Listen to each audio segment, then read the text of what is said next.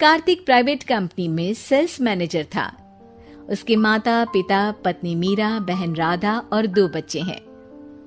एक दिन मीरा कहती है, कार्तिक, बच्चों के स्कूल में एनुअल फंक्शन के लिए 2000 जमा करने पड़ेंगे।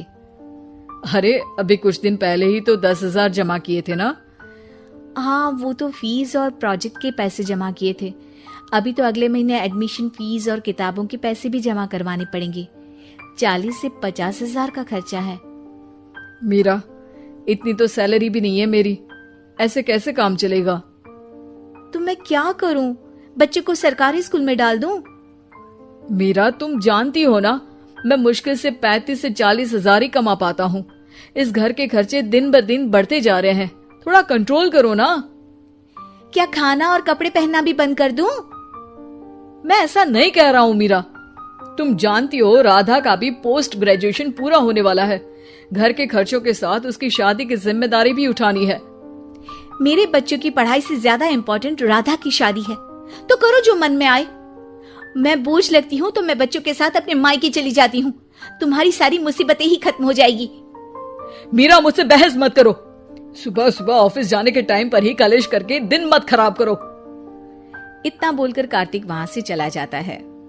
तभी, कार्तिक बेटा, ऑफिस जा रहे हो? मेरी दवाइयां लेते आना। और बेटा, बिजली का भी बिल 2 महीने से जमा नहीं हुआ, इसे भी आज जमा करवा देना। जी पिताजी, लाइए बिजली का बिल। 4,600 रुपए बिजली का बिल आया है।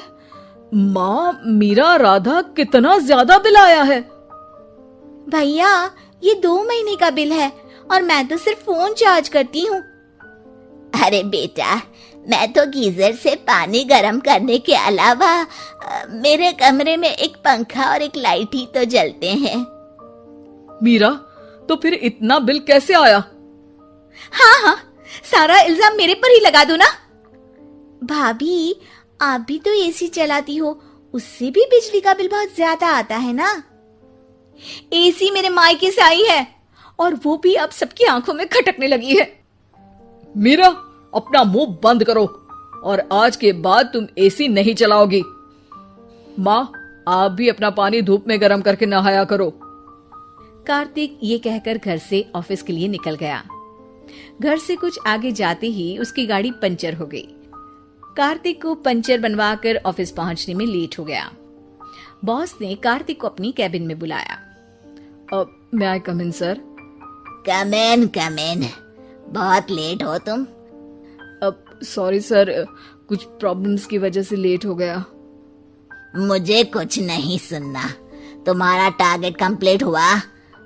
नो सर, अभी बाकी है। क्यों? सर, मार्केट में बहुत रिसेशन चल रहा है, बिजनेस कहीं से मिल नहीं पा रहा। मैं अपनी तरफ से पूरी कोशिश कर रहा हूँ सर। मुझे तुम्हारी कोशिश नहीं चाहिए, मुझे बिजनेस चाहिए। अगर तुमसे नहीं हो पा रहा है तो तुम रिजाइन कर सकते हो। नहीं सर, मुझे इस नौकरी की बहुत जरूरत है। मैं अपनी फैमिली का सिंगल अर्निंग पर्सन हूँ। मेरी जॉब चली गई तो मेरी फैमिली प्रॉब्लम में आ जाएगी सर। इसका ख्याल तुम्हें रखना चाहिए। जाओ यहाँ से, और बिना बिजनेस लाए मुझे तुम अपना मुंह मत दिखाना। कार्तिक बिजनेस की तलाश में इधर से उधर कड़ी धूप में सारा दिन भटकता रहता है और थका हारा जब शाम को घर आया। बेटा, मेरी दवाई ले आए और बिजली का बिल भर दिया? अब दवाई लाना भूल गया पिताजी, और बिजली का बिल जल्दी भर दूंगा। पर बेटा, याद से भर देना, वरना बिजली वाले बिजली काट कर चले जाएंगे। लीजिए पानी। बच्चों के एनुअल फंक्शन के लिए स्कूल में जमा करने वाले पैसे लेकर आए? अभी सैलरी नहीं आई है मेरा, और अकाउंट में ज्यादा पैसे भी नहीं बचे हैं। तो क्या बच्चों को स्कूल भेजना बंद कर दूं? बच्चे अगर इस साल एनुअल फंक्शन नहीं अटेंड करेंगे तो कोई पहाड़ नहीं टूट पड़ेगा। और अब तुम मेरा दिमाग खाना बंद करो। अरे, आप मुझ पर क्यों चिल्ला रहे हैं? कार्तिक गुस्से में घर से बाहर चला जाता है। अब मीरा रोने लगती है। भाभी, आप रोइए मत, टेंशन लेने से कुछ नहीं होगा। पर राधा,